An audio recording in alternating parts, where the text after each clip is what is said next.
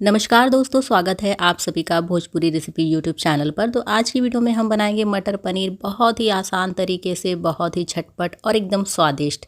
इसे बनाना बहुत ही आसान है और एकदम टेस्टी बन के तैयार होगा। तो इसे बनाने के लिए यहाँ पर मैंने 2 से 3 मीडियम आकार के प्याज को कट कर लिया था। थोड़ा सा ज़्यादा लहसुन डालना है, स्वाद के अनुसार हरी मिर्च और अदरक डालकर इसे बिना पानी डाले पीस लेना है। पानी बिल्कुल भी नहीं डालना है, बिना पानी डाले इसे दरदरा पीस लेना है। अब ये रहा हमारा पनीर, इसे भी मीडियम फ्लेम पर भून लेना है। तो फ्राई पैन में थोड़ी सी रिफाइंड ऑयल डालिए, इसी में सारे पनीर को डाल के मीडियम फ्लेम रख के हल्का सा सुनहरा होने तक इसे भून लीजिए। तो यहाँ पर हमारी पनीर भी भून के तैयार हो चुकी है। इसे हम निकाल लेंगे और इसे निकालने के बाद थोड़ा सा तेल डालकर हम इस मटर को भून लेंगे। तो मटर को हल्का सा भून के इसे थोड़ा सा ढक दीजिए और ढकने के बाद जब ये हल्की सी नरम हो जाए तो अब इसमें हल्का सा स्वाद के अनुसार नमक डालिए और नमक डाल के फिर से थोड़ी देर ढक के पका लीजिए। मैंने यहाँ पर फ्रेश मटर का इस्तेमाल किया है, इसलिए इसको इस तरह से भुना है। अगर आपके पास फ्रोज़न मटर है तो उसको डायरेक्ट भी आप डाल सकते हैं पनीर में। देखिए मटर गल चुकी है।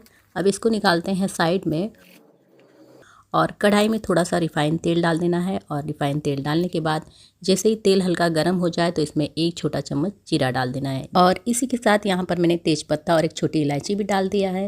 तड़का अच्छे से जब आपका आ जाए तो इसमें जो हमने पेस्ट तैयार किया था अदरक लहसुन हरी मिर्च का पीस कर, उसको इसमें डाल के अच्छी तरह से चलाते हुए भून लेना है।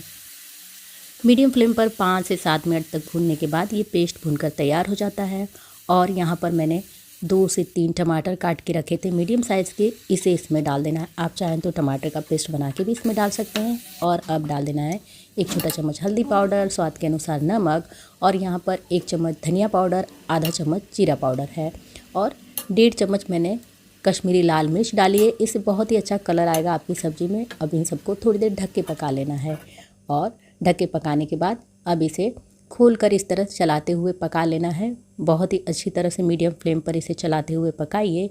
जब मसाला एकदम अच्छी तरह से भून जाए तो इसमें मैंने यहाँ पर 1.5 चम्मच गरम मसाला पाउडर भी डाला है। और अब अच्छी तरह से चलाते हुए भून लेना है। मीडियम फ्लेम पर 5 से 7 मिनट तक पकाएंगे तो बहुत ही अच्छी तरह से मसाला कढ़ाई छोड़ने लगता है। और अब यहाँ पर मसाले में पानी डाल लेना है। तो पानी आप अपने हिसाब से डालिए मसाले में, जैसी गाढ़ी पतली आपको सब्ज़ी चाहिए। वैसे ये सब्ज़ी बहुत गाढ़ी भी नहीं होती है, बहुत पतली भी नहीं होती है, मीडियम सब्ज़ी बनाई जाती है। तो आप अपने हिसाब से इसमें पानी डालिए।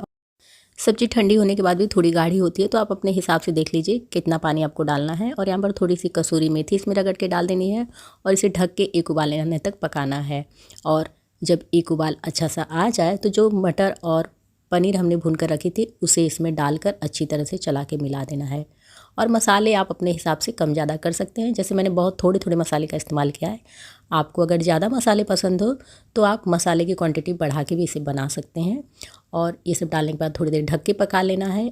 अच्छा सा उबाल इसमें आ गया है और अब इसमें लास्ट में सबसे हरी धनिया की पत्ती डाल देनी है। और डालने के बाद हमारी सब्ज़ी बन के बिल्कुल रेडी है।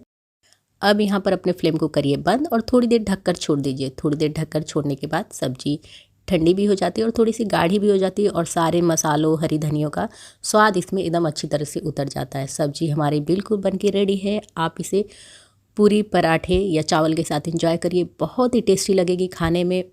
इस सब्ज़ी को मैंने बहुत ही आसान तरीके से बनाया है। बिल्कुल इसी तरह से मैं घर पे भी बनाती हूँ, बहुत ज़्यादा तामझाम नहीं करती हूँ। खाने में बहुत टेस्टी बनती है। तो उम्मीद है कि आज की वीडियो आप लोगों को पसंद आई होगी। वीडियो पसंद आती है तो वीडियो को लाइक शेयर कमेंट करना बिल्कुल भी ना